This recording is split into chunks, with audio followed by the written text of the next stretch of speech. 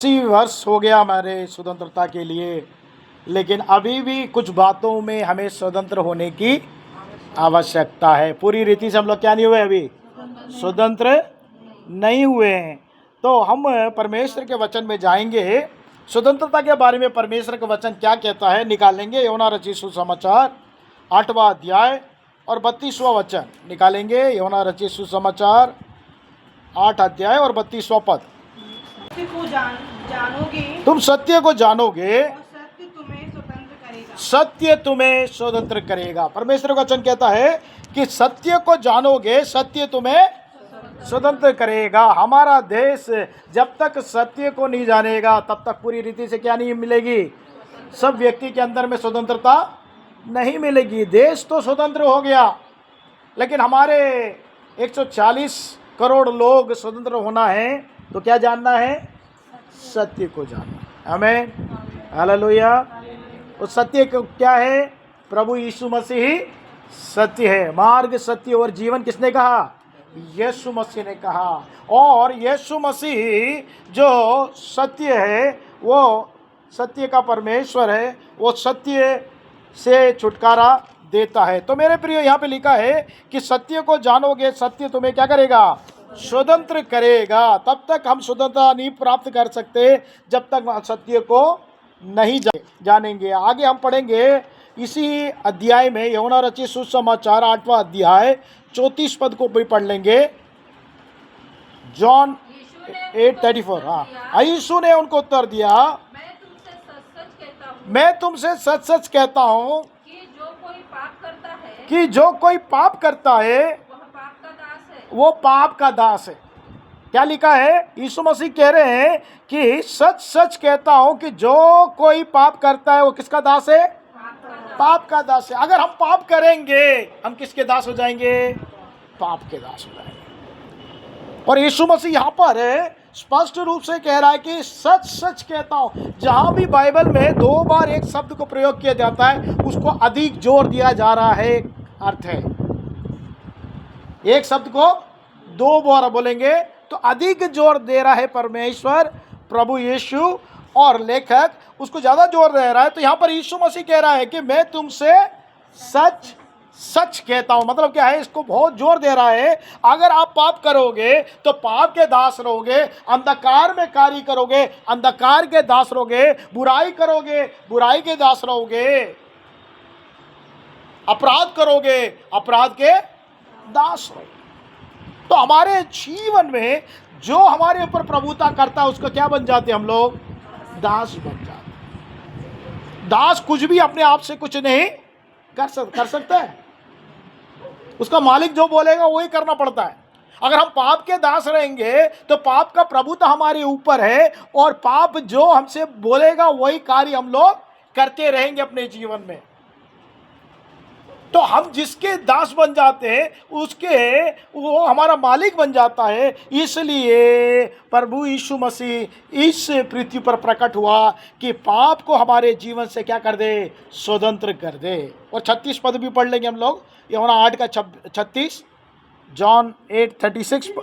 हाँ, यदि पुत्र तुम्हें स्वतंत्र करेगा, सचमुच तुम स्वतंत्र हो जाओगे। सचमुच तुम क्या हो जाओगे, स्वतंत्र हो जाओगे। पुत्र कौन है, यीशु मसीह पिता का पुत्र है। उसमें लिखा है कि यीशु मसीह अगर स्वतंत्र करेगा तो क्या हो जाओगे आप लोग, स्वतंत्र हो जाएंगे। जब तक यीशु मसीह स्वतंत्र नहीं करेगा हम स्वतंत्रता नहीं प्राप्त कर सकते। आमीन, हालेलुया।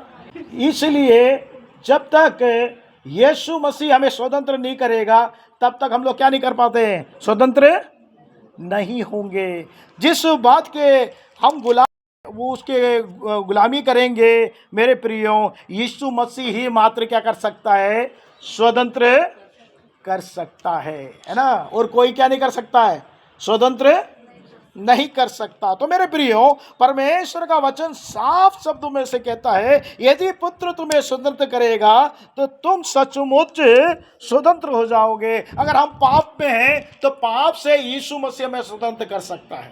अगर हम श्राप में हैं, श्राप से यीशु मसीह हमें स्वतंत्र कर सकता है। अगर हम बीमारी में हैं तो बीमारी से प्रभु यीशु मसीह हमें स्वतंत्र कर सकता है। हम बलीनता में हैं, बलीनता से यीशु मसीह हमें स्वतंत्र कर सकता है। अगर हम उदारी में हैं तो उदारी से यीशु मसीह स्वतंत्र कर सकता है। स्वतंत्र करने वाला सिर्फ यीशु मसीह है। वो यीशु मसीह जब तक हमारे देश के लोगों तक नहीं पहुंचेगा, वो स्वतंत्रता को प्राप्त नहीं कर सकते। देश तो स्वतंत्र हो गया, लेकिन हमारे वासी अभी भी स्वतंत्रता को प्राप्त नहीं कर पाए हैं। तो उनके लिए हमें क्या करना है? हमें प्रार्थना करना है। क्या करना है? हमारे देश के लोगों के लिए प्रार्थना करना है।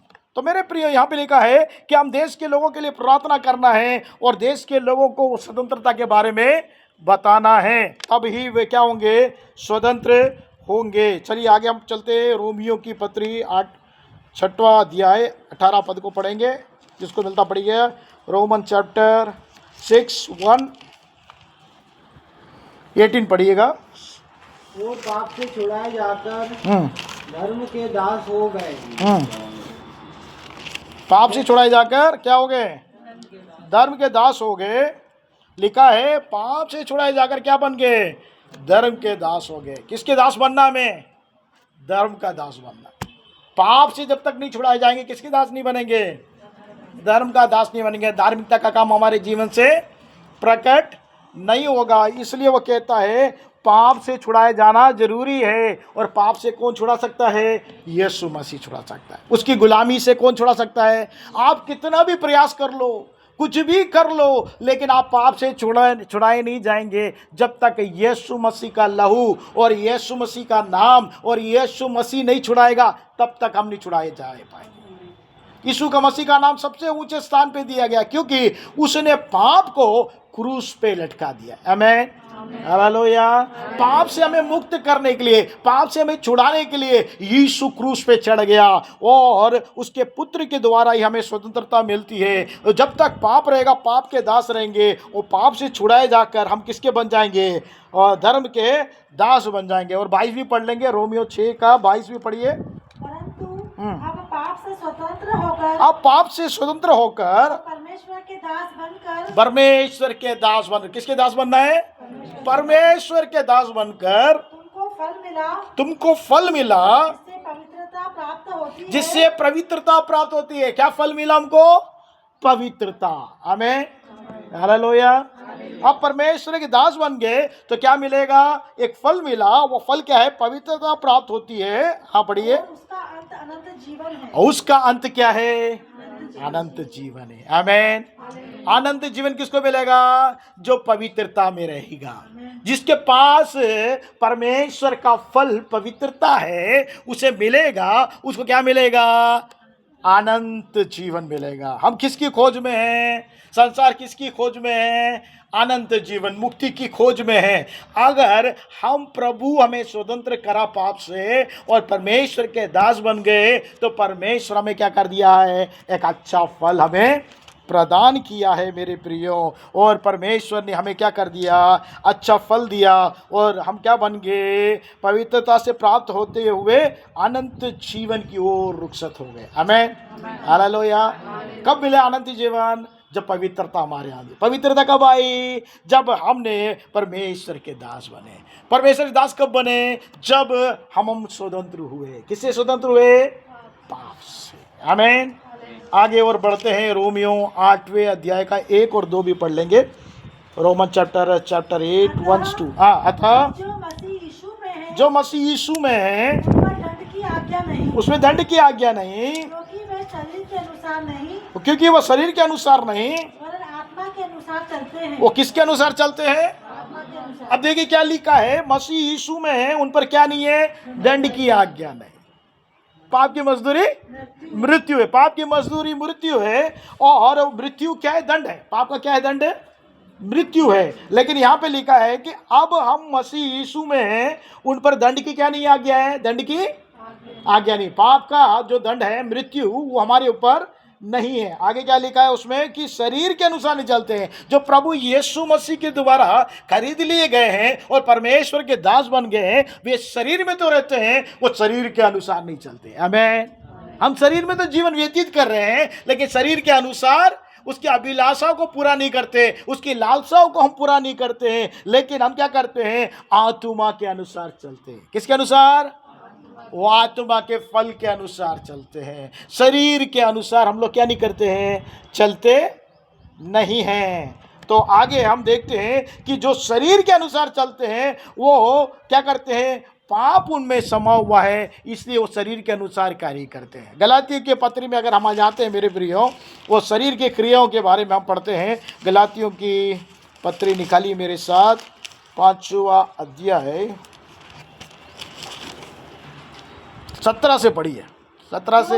हाँ। शरीर आत्मा के विरोध में और आत्मा शरीर के विरोध में लालसा करता है। शरीर आत्मा के विरोध में और आत्मा शरीर के विरोध में लालसा करता है। और ये एक दूसरे के विरोधी है। ये एक दूसरे के विरोधी है। इसलिए कि जो तुम करना चाहते हो, इसलिए तुम जो करना चाहते नहीं करना चाहते हो वो करते हो, वो ना करने पाओ।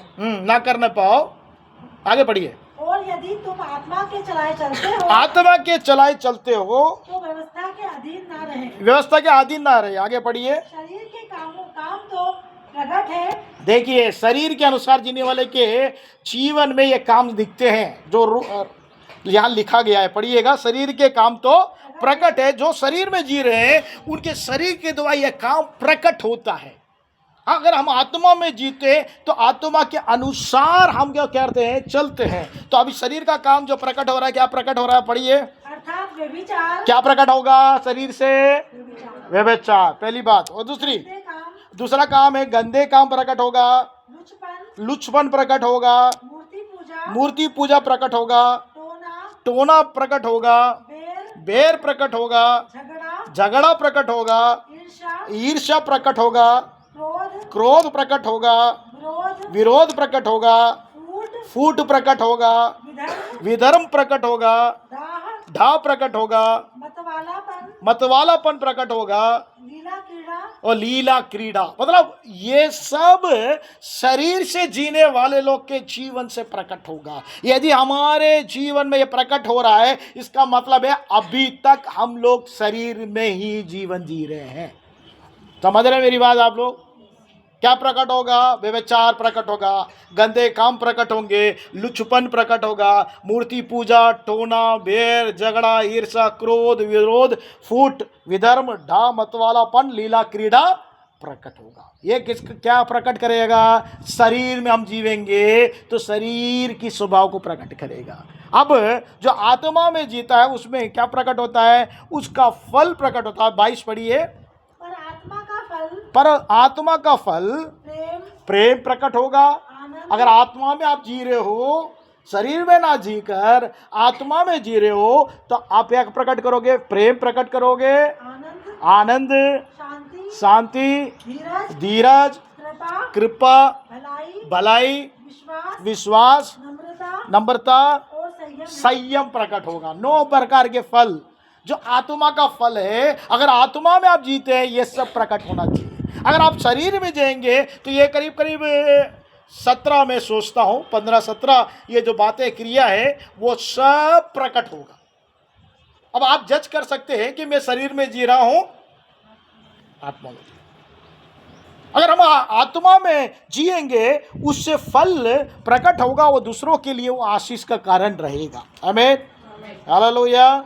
वो शरीर के फल से कोई लाभ नहीं है। शरीर के फल से कोई लाभ नहीं है। हम शरीर के लोग नहीं हैं, हम आत्मिक लोग हैं। प्रभु ने पाप से हमें छुड़ाकर उसके दासत्व में परमेश्वर के हम दास बन गए, और परमेश्वर का जो फल है हमारे अंदर से प्रकट होता है। वो दूसरों हमारे लिए भी आशीष का कारण है, परिवार के लिए आशीष का कारण है, कलीसिया के लिए, समुदाय के लिए, देश के लिए आशीष के कारण बन जाते हैं हम लोग। आमीन, हालेलुया। अब हम निकालेंगे गलातियों की पत्री 3 अध्याय 13 पद। मसीह ने जो हमारे लिए श्रापित बना, हमें मोल लेकर व्यवस्था के पाप से शाप से छुड़ाया, छुड़ाया। क्योंकि क्योंकि लिखा है जो कोई काट पर लटकाया जाता है जो कोई काट पे लटकाया जाता है वह शापित है। श्रापित है। हम श्राप के गुलाम में थे। किसके गुलाम में? पाप के गुलाम में थे। अब किसके गुलाम में थे? श्राप के गुलाम में। पाप से पुत्र ने छुड़ा लिया, मात्र उससे मात्र नहीं, श्राप से भी हमें छुड़ाया। किससे? श्राप से। जो हम पाप करते हैं वो हमारे जीवन में श्राप बन जाता है। समझ रहे आप? नहीं समझे? पाप आप जो करोगे वो क्या बन जाएगा? श्राप। आपके जीवन के लिए, आपके बच्चों के जीवन के लिए, आपके वंशज के लिए क्या बनेगा? श्राप बनेगा। हमारे माँ बाप ने क्या किया मालूम नहीं, हमारे पूर्वजों ने क्या किया मालूम नहीं, उनने जो किया वो क्या हो गया? हमारे ऊपर श्राप है। हम कितना भी मेहनत करते हैं, कितना भी पढ़ते हैं, लेकिन याद नहीं रहता, लिख नहीं पाते, पास नहीं हो पाते हैं, बुद्धि नहीं है। कितना भी बुद्धि के लिए प्रार्थना कर रहे, बुद्धि नहीं मिल रही है। कुछ ना कुछ तो प्रॉब्लम है। क्या है? श्राप के नीचे हम लोग। किसके नीचे? श्राप के नीचे है। तो पाप करने से, हमारे पूर्वजों ने पाप किया, हमने पाप किया, हमारे बच्चे, हमारे वंशज श्राप में चले जाता है। उस श्राप को यीशु मसीह ने क्या कर दिया? कलवारी क्रूस में तोड़ दिया। आमीन, हालेलुया। पाप की गुलामी से छुड़ाया, श्राप के गुलामी से छुड़ाया। और आगे हम पढ़ते नीति वचन 28 के 13 पढ़िएगा। नीति वचन 28 के 13, प्रोवर्ब्स चैप्टर 28 वर्स 13 पढ़िए। 28 के 13। जो अपने अपराध छिपा रखता है, जो अपने अपराध छिपा रखता है उसका कार्य सफल नहीं होता। उसका कार्य सफल नहीं होता, परंतु जो उनको मान लेता, परंतु जो उसको मान लेता है, छोड़ भी देता है, छोड़ भी देता है, उस पर दया की जाएगी। उस पर दया की जाएगी। उसने क्या कर दिया? हमें अपराध से भी छुड़ा दिया। आमीन, हालेलुया। हमने जो अपराध किया है, उस अपराध से हमारे जीवन में जो आशीष हमने खो दिया है, उस अपराध को भी यीशु मसीह ने कैंसिल कर दिया। आमीन। पाप से छुड़ाया मात्र नहीं, श्राप से मात्र नहीं छुड़ाया, अपराध से भी परमेश्वर ने छुड़ा दिया करके हम पढ़ते। फिर हम निकालेंगे पहला पत्र दूसरा अध्याय 24वां पद, 1 पीटर चैप्टर 2 वर्स 24 पढ़िएगा। पहला पत्र दूसरा अध्याय 24वां पद पढ़िए। वह आप ही हमारे पापों को अपनी देह पर लिए हुए क्रूस पर चढ़ गया, जिससे हम पापों के लिए मरकर धार्मिकता के लिए जीवन बिताए। उसी के मार खाने से तुम चंगे हुए। उसके मार खाने से हम क्या हो गए? चंगे हो गए। बीमारी से भी यीशु मसीह ने क्या कर दिया? हमें छुड़ा दिया। किस किस से छुड़ाया? मैंने बताया, पाप से, श्राप से, अपराध से और बीमारी से। आमीन, हालेलुया। एक काउंट कर लेना आप लोग। पहला क्या है? पाप। दूसरा, तीसरा अपराध, चौथा बीमारी से भी छुड़ाया। आमीन, हालेलुया। तो हम जो बीमारी है, उस बीमारी में रहना परमेश्वर नहीं चाहता। उस बीमारी से भी परमेश्वर हमें क्या करना चाहता है? छुड़ाना चाहता है। आगे हम पढ़ेंगे इफिसियों की पत्री पहला अध्याय हम निकाल लें। इफिसियों की पत्री, इफिशियंस चैप्टर 1 वर्स 7। इफिसियों की पत्री पहला अध्याय 7वां पद पढ़िएगा। हमको हाँ। उसमें उसके लहू के द्वारा छुटकारा, अर्थात पापों की क्षमा, उसके उस अनुग्रह के धन के अनुसार मिला है। उसके अनुग्रह के धन से हमें मिला है। क्या मिला है? लहू से छुटकारा मिला है। किससे मिला है? छुटकारा। हमें, हालेलुया। सत्य को जानोगे, सत्य तुम्हें क्या करेगा? छुटकारा देगा। सत्य कौन है? प्रभु यीशु मसीह है। प्रभु यीशु मसीह ने जो लहू बहाया है, उससे आपको और मुझको छुटकारा मिला है। आमीन, हालेलुया। तो वो छुटकारा कैसे मिला है? उसके अनुग्रह से। आमीन। हमारी कोई खूबी नहीं है। आमीन। अगर हम काम करते हैं तो उसका हक हमें मिलता है। मिलता है कि नहीं मिलता? नहीं तो हम लोग जाके झगड़ा करेंगे। भाई, हमने आज दिन भर मजदूरी करी, आज दिन भर हमने काम किया, हमारा हक है, आपने जो बोला वो हमें दे दो, है ना? बोलते हैं कि नहीं? वो हमारा हक है। लेकिन अनुग्रह अलग चीज है। जो कुछ हमारे पास हमने कुछ किया ही नहीं, वो प्राप्त करना क्या है? अनुग्रह है। हमें वो अनुग्रह परमेश्वर से हमने प्राप्त किया है मेरे प्रियो। हमने वो अनुग्रह को परमेश्वर से प्राप्त किया। लिखा है कि परमेश्वर के अनुग्रह से हमें छुटकारा मिला है। आमीन। सारे झूठों से हमें छुटकारा मिला, सारे झूठी बातों से हमें छुटकारा मिला, सारे अंधकार की बातों से हमें छुटकारा मिला, हर एक बुराई से हमें छुटकारा मिला, हर एक अपराध से हमें छुटकारा मिला, हर एक पाप से हमें छुटकारा मिला, हर एक श्राप से परमेश्वर ने छुटकारा दिया, हर एक बीमारी से परमेश्वर ने क्या किया? छुटकारा दिया। और हम देखते हैं इफिसी के पत्री 2 अध्याय 1 पद पढ़िएगा। उसने तुम्हें भी जिलाया, उसने तुम्हें भी जिलाया, अपने अपराधों और पापों के कारण मरे हुए थे। अपराधों और पापों के कारण हम मर गए थे, हमें भी क्या कर दिया? जिला दिया यीशु मसीह ने। आमीन, हालेलुया। और कोई नहीं जिला सकता, यीशु मसीह ने हमें मुर्दों में से जिला दिया। आमीन, हालेलुया। एक जमाने में हम अपराधी थे, हम पापी थे, हमें छुटकारा नहीं मिला था, हम दासत्व में थे, हमारा वो मालिक था पाप, अपराध, बुराई, श्राप, बीमारी, बलीनता, अंधकार, ये सब हमारे पे प्रभुता करता था। वो जैसे कहता था वो शरीर के काम के अनुसार हम लोग कार्य प्रकट करते थे। आमीन, हालेलुया। आप जब तक हम प्रभु को नहीं जाने वो बात हमारे पर कार्य करती थी। पढ़ दिएगा, दूसरा पद भी पढ़िए। जिनमें तुम पहले इस संसार की रीति पर और आकाश के अधिकारी हाकिम, क्या लिखा है? तुम इस पहले इस संसार की रीति में, इस संसार के लोग जो करते थे वैसे ही आप और मैं करते थे कि नहीं? करते थे। क्यों? क्योंकि आकाश का एक अधिकारी और हाकिम है। आकाश का अधिकारी और हाकिम कौन बन गया? शैतान बन गया। अंधकार का प्रभुता करने वाला शैतान। वो जैसे हमारा दिमाग घुमाता था वैसे हम लोग काम करते थे, जैसे हमारा विचार कल्पना को घुमाता था वैसे हम काम करते थे, है कि नहीं? उससे उसने परमेश्वर ने क्या किया? उस हाकिम से परमेश्वर ने क्या कर दिया? अर्थात उस आत्मा के अनुसार चलते थे, हाँ, जो अब भी आज्ञा न मानने वालों में कार्य करता है। अब भी किसके ऊपर? अब भी जो आज्ञा नहीं मानते हैं उन पे कार्य करता है। आगे पढ़िए। उनमें हम भी सबके सब पहले अपने शरीर की लालसाओं में दिन बिताते थे। शरीर के लालसाओं में हम सब शरीर के लालसाओं में दिन बिताते थे, और शरीर और मन की इच्छाएं पूरी करते थे। क्या करते थे हम लोग? कब पूरी करते थे? जब दासत्व में थे। जब तक हम स्वतंत्रता नहीं पाए तब तक वो बातें हम अपने शरीर से पूरी करते थे। लालसाओं, शरीर की, मन की इच्छा को पूरी करते थे। आगे बढ़िए। और अन्य लोगों के समान स्वभाव से क्रोध की संतान। किसके संतान थे हम लोग? क्रोध के संतान आएंगे तो दंड मिलेगा कि नहीं मिलेगा? मिलेगा। परमेश्वर के क्रोध के संतान थे, अन्य लोग जैसे थे, लेकिन परमेश्वर की अनुग्रह है, परमेश्वर की दया है। हम पर क्रोध नहीं, हम पर परमेश्वर दया प्रकट करी। आमीन, हालेलुया। कितना अनोखा उसका प्रेम है मेरे प्रियो। उसने क्रोध नहीं, उसने हम पर दया प्रकट करी। इस वजह से हम बच गए, हमारे ऊपर से सारी गुलामी चली गई। अब निकालते हैं पहला यूहन्ना, निकाल लीजिए पहला यूहन्ना 9 पद को पहले पढ़ेंगे।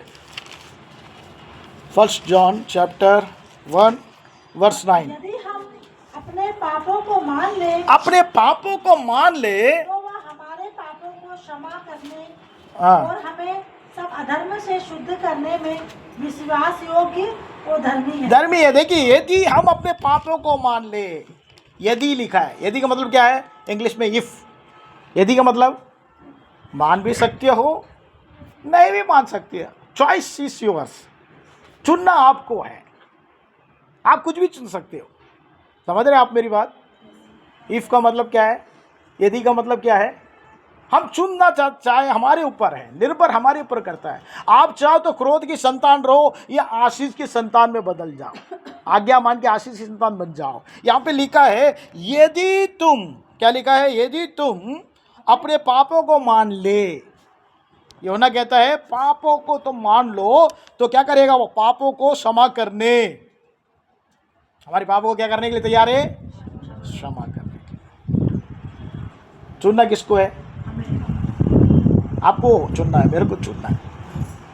हम पाप करते रहेंगे तो किसके हाकिम के नीचे हैं? पाप के हाकिम के नीचे। हाकिम मतलब समझ रहे मेरी बात? वो प्रभुता, उस प्रभुता के नीचे, उस अंधकार की शक्ति के नीचे है। हम ज्योतिमय पिता के सम्मुख में आना है तो हमारे पापों को हमें मानना है, तो पापों से क्या कर देगा? हमें क्षमा कर देगा, और सब हमें सब अधर्म से क्या कर देगा? शुद्ध कर देगा। वो शुद्ध करना चाहता है, विश्वास योग्य है। अब 7वां पद पढ़िए, 1 जॉन चैप्टर 1 वर्स 7 पे। पर यदि जैसा वह ज्योति में है, जैसा वो ज्योति में है, वैसे ही हम भी ज्योति में चले, ज्योति में चले, तो एक दूसरे से भागिता रखते हैं। एक दूसरे से क्या करेंगे? सहभागिता रखते हैं। जैसे वो ज्योति में है वैसे हम ज्योति में चलेंगे, तो एक दूसरे के साथ क्या करेंगे? किसके साथ? अंधकार वाले लोगों के साथ या ज्योतिमय लोगों के साथ? आमीन, हालेलुया। किसकी संगति में हम लोग अभी? ज्योतिमय लोगों के साथ। उसके भवन में जो आते हैं वो अंधकार में थे एक जमाने में, अंधकार से किस में आगे? ज्योतिमय में आगे, उनके संग सहभागिता करते हैं। आगे पढ़िए। और उसके पुत्र यीशु का हाँ, लहू हमें सब पापों से शुद्ध करता है। पुत्र यीशु का लहू हमें सब पापों से, जो भी पाप आपने किया है जीवन में, सब पाप, काउंटलेस, जिसकी गिनती नहीं है, अनगिनत पाप, सबको क्या कर देगा? वो शुद्ध कर देगा। लोग तो बताते रहेंगे ये पाप किया, वो पाप किया, ये गलत काम किया, वो बुराई किया, वो खता किया, वो अपराध किया, लेकिन मेरे प्रियो यहाँ पे लिखा है कि तुम क्या हो जाओगे? कि उससे छुड़ाए जाओगे करके परमेश्वर का वचन कहता है। सब पापों से आप शुद्ध हो जाओगे। इसलिए क्या करना पड़ेगा? हमें मानना है और उसे छोड़ना भी है। आमीन। अब हम चलेंगे, कोलोसियों की पत्री निकाल लेंगे, कोलोसियंस चैप्टर 1 वर्स 12 to 14। कोलोसी के पत्री पहला अध्याय 12 से 14। जिसको मिलता पढ़िए 12 से 14। और पिता का धन्यवाद करते रहो, पिता का धन्यवाद करते रहो, जिसने हमें इस योग्य बनाया ज्योति में पवित्र लोगों के साथ मिरास में हाँ सहभागी हो। हाँ, मिरास में सहभागी हो। लिखा है कि पिता का धन्यवाद करो, पिता परमेश्वर का धन्यवाद करो, हेवनली फादर का धन्यवाद करो। कि क्या लिखा है? कि जिसने हमें इस योग्य बनाया। किस योग्य बनाया? हम योग्य नहीं है। योग्य है क्या? योग्य नहीं है। इस योग्य बनाया कि ज्योति में पवित्र लोगों के साथ क्या कर दिया? मिरास का सहभागी बना दिया। पवित्र लोगों के साथ एक मिरास में सहभागी बना दिया। आगे पढ़िए। उसी ने हमें अंधकार के वश से छुड़ाकर, अंधकार जो प्रभुता करता है उसके वश से छुड़ाकर अपने प्रिय पुत्र के राज्य में, अपने प्रिय पुत्र के राज्य में प्रवेश करवा दिया। आमीन, हालेलुया। अंधकार से छुड़ा लिया यीशु मसीह ने। आमीन। सत्य को जानोगे, सत्य तुम्हें स्वतंत्र करेगा। अंधकार से आपको स्वतंत्रता दिया, इंडिपेंडेंट कर दिया, और आपको क्या कर दिया? आपके प्रिय पुत्र यीशु मसीह के राज्य में। यीशु मसीह का एक राज्य है, आपको मालूम है? जिसका क्या है? जैसे पिता परमेश्वर का एक राज्य है, वैसे ही यीशु मसीह का भी एक राज्य है। इसलिए यीशु मसीह ने कहा, देखो मैं अभी तुम्हारे लिए एक जगह तैयार करने जा रहा हूं। अभी जैसे बिल्डिंग एक कॉलोनीज है, बनाने से पहले बिल्डर क्या करता है? उसको क्या करता है? तैयार करता है। फिर उसके बाद घर बनाता है। सब कुछ बनाने के बाद क्या करता है? हम लोग देखते हैं, है कि नहीं? तो तैयार करता है, वो डेवलप करता है वो। वैसे यीशु मसीह वहाँ प्रभु का पुत्र हमारे लिए एक राज्य तैयार कर रहा है, उसमें हमें प्रवेश करवाया है। आगे पढ़िए। जिसमें हमें छुटकारा अर्थात पापों की क्या मिल गई? क्षमा प्राप्त हो गई है। पापों के क्षमा प्राप्त हो गई है मेरे प्रियो। आमीन, हालेलुया।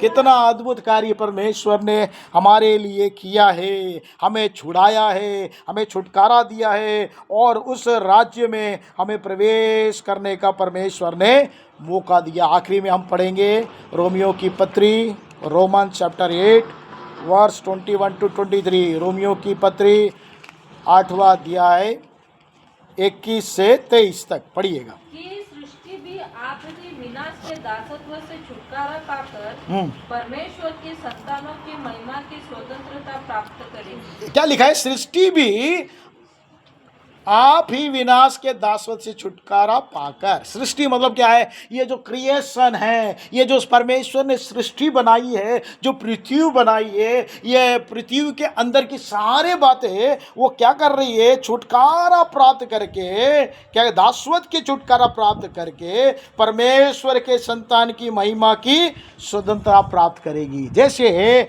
परमेश्वर के संतान महिमा पाकर स्वतंत्रता प्राप्त करते हैं, वैसे सृष्टि भी पाएगी। आप पढ़िए, आगे पढ़िए। क्योंकि हम जानते हैं कि सारी सृष्टि अब तक मिलकर कराहती और पीड़ाओं में पड़ी तड़पती है। देखिए सारी सृष्टि क्या कर रही है? जब मनुष्य ने पाप किया तो पाप उसके ऊपर अकेले मात्र नहीं हुआ, पूरा सृष्टि में पाप है। समझ रहे आप? पृथ्वी में हम लोग बो रहे हैं, 100 गुना हमको क्या नहीं मिल रहा? तो किसकी वजह से हुआ है? मनुष्य के हाथ में परमेश्वर ने सृष्टि दिया और मनुष्य ने बिगाड़ दिया। बिगाड़ दिया कि नहीं? हम लोग भी पॉलीथीन का पेपर उठाकर कहीं भी फेंक देते हैं। पॉलीथीन को बोला जा रहा है, न्यूज़ में बता दे कि पॉलीथीन को इधर मत फेंको, उधर मत फेंको, है ना? गीला कचरा अलग निकालो, सूखा कचरा अलग निकालो। हम लोग क्या करते हैं? अरे कोई नहीं देख रहा, सब लपेटा पिटा फेंक दिया। तो सृष्टि को हम लोग भी क्या कर रहे हैं? बिगाड़ रहे हैं। हमारे पाप की वजह से भी बिगड़ गया, और अब जो हरकतें हम लोग कर रहे हैं उसकी वजह से भी बिगड़ गया। प्रभु के अनुग्रह से एक बार हम लोग सिंगापुर गए थे, तो वहाँ पर जब हम लोग खड़े हुए थे, तो मैं एक पादरी साहब गए थे वहाँ पर। जब खड़े थे, एक छोटा सा लड़का 2-3 साल का लड़का है, उसके हाथ में कुछ कचड़ा था। हम लोग देख रहे थे, वो पादरी बोलते, पादरी साहब देखो देखो। तो हम लोग देख रहे हैं वो क्या कर रहा है, वो कचड़े को लेकर सीधे चलते गए। हम लोग देखते रहे क्या कर रहा है, सीधे जाके कहाँ डाला उसने? डस्टबिन में। इसलिए सिंगापुर बिना कचड़े से फ्री है। हम लोग भी सोचते कि स्वच्छ भारत बने हैं, लेकिन हम लोग बदले तभी तो बदलेगा। वो छोटा लड़का ले जाके कचड़े में डाल रहा है, छोटा सा लड़का 3 साल का मैक्सिमम, वो जाके कचड़ा डाल रहा। हम लोग सब देख रहे कितना दूर तक गया और कचड़ा डाल के आया। हम लोग बोलेंगे इधर उधर देखेंगे, फेंक देंगे ऐसे, है ना? हम लोग को देख के हमारे बच्चे भी फेंकना शुरू कर देते, गंदगी फैलाना शुरू कर देते, है ना? तो ये इसकी वजह से क्या हो गया मेरे प्रियो? यहाँ पे लिखा है कि सृष्टि, हमने जो गलती की, वो पाप किया, उसकी वजह से सृष्टि भी क्या कर रही है? कराती है और पीड़ा में तड़पती है। पीड़ा में एक माँ बच्चा पैदा करने से पहले कितना उसको पीड़ा होता है। समझ रहे आप? जिन्हें बच्चा पैदा किया उनको मालूम है। और जिनको और शरीर में कोई दर्द है वो कितने पीड़ित होते हैं। जिसको दर्द होता है उनको मालूम है कि कितने पीड़ित होते हैं। वैसे ही पृथ्वी भी क्या कर रही? सृष्टि भी पीड़ित होकर तड़प रही है। आगे पढ़िए, क्या लिखा है? और केवल वही नहीं, हम भी जिनके पास आत्मा का पहला फल है, केवल वो अकेला तड़प नहीं रही है, हम लोग भी जिनके पास आत्मा का फल है, आप ही अपने में हाँ, कहराते हैं, आप ही अपने में कहराते हैं और लेपालक होने की अर्थात अपने देह के छुटकारे की बात जोते हैं। देह की छुटकारे की बात छोड़, हमें देह का छुटकारा अभी तक नहीं हुआ हमारा। समझ रहे आप? आत्मा का तो छुटकारा हो गया, लेकिन देह अभी तक पूरी रीति से क्या नहीं हुआ? छुटकारा नहीं पाया। इसलिए हम लोग बात जोड़ रहे हैं कि यीशु मसीह बादलों में आएगा, हमारे देह को भी क्या करेगा? छुटकारा देगा। पुत्र ही हमें छुटकारा दे सकता है। आत्मा से हम छुटकारा प्राप्त कर चुके हैं। आत्मा में जो बंदिश थी, पाप और रोग, बीमारी, अंधकार की बातें, वो शरीर की, लेकिन अभी हमारा जो देह है, शरीर है, वो छुटकारा नहीं मिला। जैसे पृथ्वी कहराती है, वैसे जो आत्मा का फल हमने पाया है, हम भी कहराते हैं और आशा करते हैं कि एक दिन परमेश्वर प्रभु यीशु मसीह बादलों में आएगा, हमारे देह को भी क्या करेगा? छुटकारा देगा, पूरी रीति से छुटकारा देगा। और ये देह कैसे हो जाएगा? जैसे आदम का परमेश्वर ने पहली बार उसको बनाया था, वैसा एक शरीर। जैसे यीशु मसीह मरकर वो फिर से पुनरुत्थान प्राप्त किया हुआ शरीर परमेश्वर हमें प्रदान करेगा। आमेन।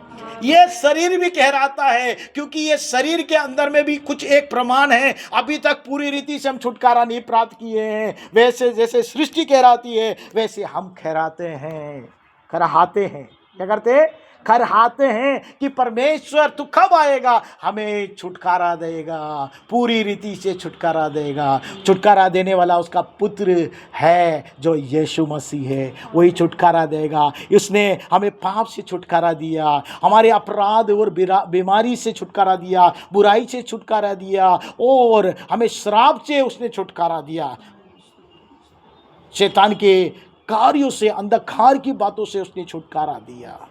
अब बच गया हमारा देह, हमारा शरीर। इससे भी छुटकारा देने के लिए यीशु मसीह बादलों में आएगा। जो उस पर विश्वास करता है, जो उसका आज्ञा मानता है, उसको छुटकारा देगा। आइए हम अपने स्थानों में खड़े हो जाएं और प्रभु से प्रार्थना करें। प्रभु, हम इस देह में रहते हुए हम खरहाते हैं, मेरे प्रभु परमेश्वर, आप हमें छुटकारा देने वाला परमेश्वर।